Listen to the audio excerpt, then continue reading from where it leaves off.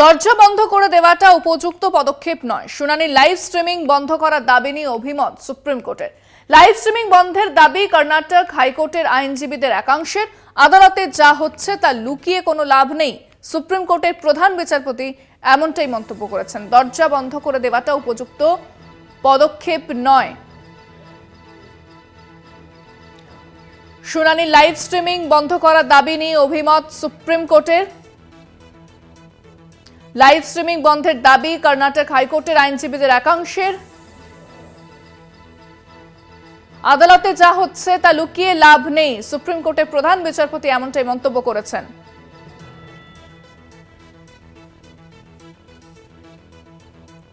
দরজা বন্ধ করে দেওয়াটা উপযুক্ত পদক্ষেপ নয়। শুনানি লাইভ স্ট্রিমিং বন্ধ করার দাবি নিয়ে অভিমত সুপ্রিম কোর্টের। লাইভ স্ট্রিমিং বন্ধের দাবি কর্ণাটক হাইকোর্টের আইনজীবীদের একাংশের। আদালতে যা হচ্ছে তা লুকিয়ে লাভ নেই, সুপ্রিম কোর্টের প্রধান বিচারপতি এমনটাই মন্তব্য করেছেন। ফোনে রয়েছেন প্রতিনিধি পীযূষ কান্তিনাগ। পীযূষ, কোন মামলার ভিত্তিতে এ ধরনের মন্তব্য করেছেন প্রধান বিচারপতি? দেখো, কর্ণাটক হাইকোর্টের বিচারপতি তার ভিডিও ক্ষেত্রে তিনি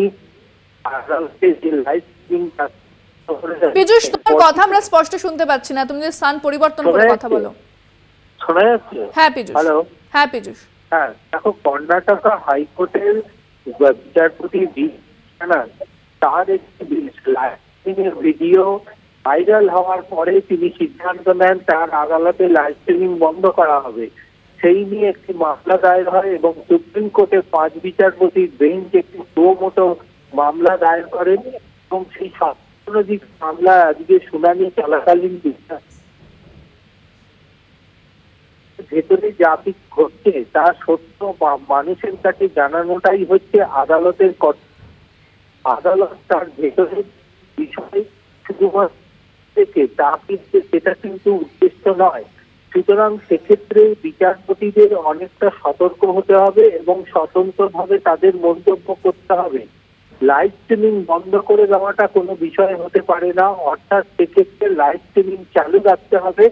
যদি বিচারপতির কোনো মন্তব্য কোনো কমিউনিটিকে হার্ট করে তাহলে সেক্ষেত্রে সবসময় বিচারপতিদের সে বিষয়ে সতর্ক থাকতে হবে এবং সতর্কভাবে মন্তব্য করতে হবে।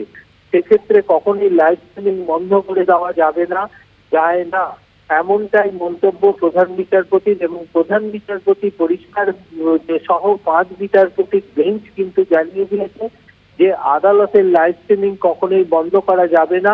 শুধুমাত্র সেক্ষেত্রে যাতে মানুষের কাছে আদালতের বিচার প্রক্রিয়ার যে বিষয়টি সেই বিষয়টি যাতে পরিষ্কারভাবে প্রকাশ পায় এবং আদালতের যে মধ্যে যে বিচার প্রক্রিয়ার মধ্যে যে সততা এবং যে সত্য উদ্ঘাটনের যে প্রচেষ্টা সেই প্রচেষ্টা যাতে মানুষের কাছে বিশেষভাবে প্রকাশ পায় তার জন্য লাইভ স্ট্রিমিং এর প্রয়োজন আছে।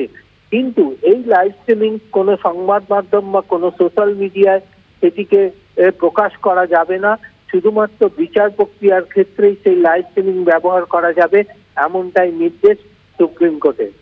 ধন্যবাদ পীযূষ। কথা বললাম প্রতিনিধি পীযূষ কান্তিনাগের সঙ্গে।